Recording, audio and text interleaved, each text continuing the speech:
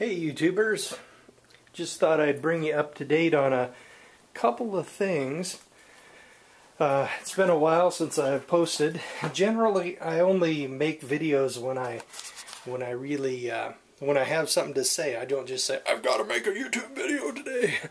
Nah, that's not how it works for me. Basically, I just wanted to let you guys know that I've had these sprouting trays for about a year, and I've used them many times, maybe once a week for about a year. I originally started sprouting mung beans in there, then I switched to alfalfa. What the fuck? Well, we've got a storm going out there. Ah! Wow! Gust knocked down both of my tomato plants. Wow, that's real time. Basically, wow. Maybe we'll get a power outage. That'd be kind of interesting. Well, I guess I'll pick those up in a second. But back to what I was saying. This is basically I was using these sprouting trees for about a year, but the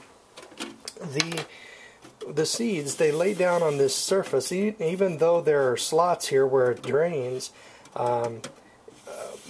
surface tension still keeps the water, too much water up against the seeds, and it starts developing this weird looking yellow rot or decay of some kind. And you have to sprout them fairly quick in a warmer environment, otherwise they just start to rot. And I think that these are just not the way to go. And a vast improvement on that is the sprouting jar. I bought this originally at the Survival Center, that grocery store for preppers. Anyway, 4 tablespoons of alfalfa seeds will fill this thing 75% full after about 4 days. And then that much alfalfa keeps me going, keeps my salads going for 8 days or so. And then of course, I think it's 4 tablespoons of mung beans will fill this thing almost to the top too. I like to have both of those in my salads. So, I vastly recommend the jars over the sprouting trays. They're a neat idea, but they just don't quite cut it. Plus, the holes that I drilled in this plastic lid doesn't give the roots anything to really hold on to. So you can just, when you rinse them, they fall down into the jar and they don't get stuck. Whereas with these slots here, the roots grow down in there and then expand on the other side, and then they're stuck there. So it's a big, huge pain. So I don't recommend the sprouting trays. Now, kind of neat thing about the tomatoes before they fell down. Even now in November, they're giving me about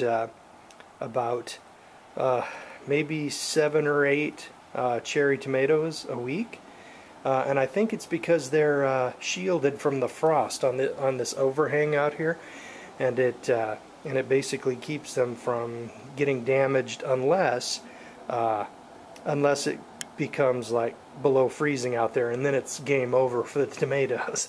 Well, let's see. Just came back from the grocery store, obviously.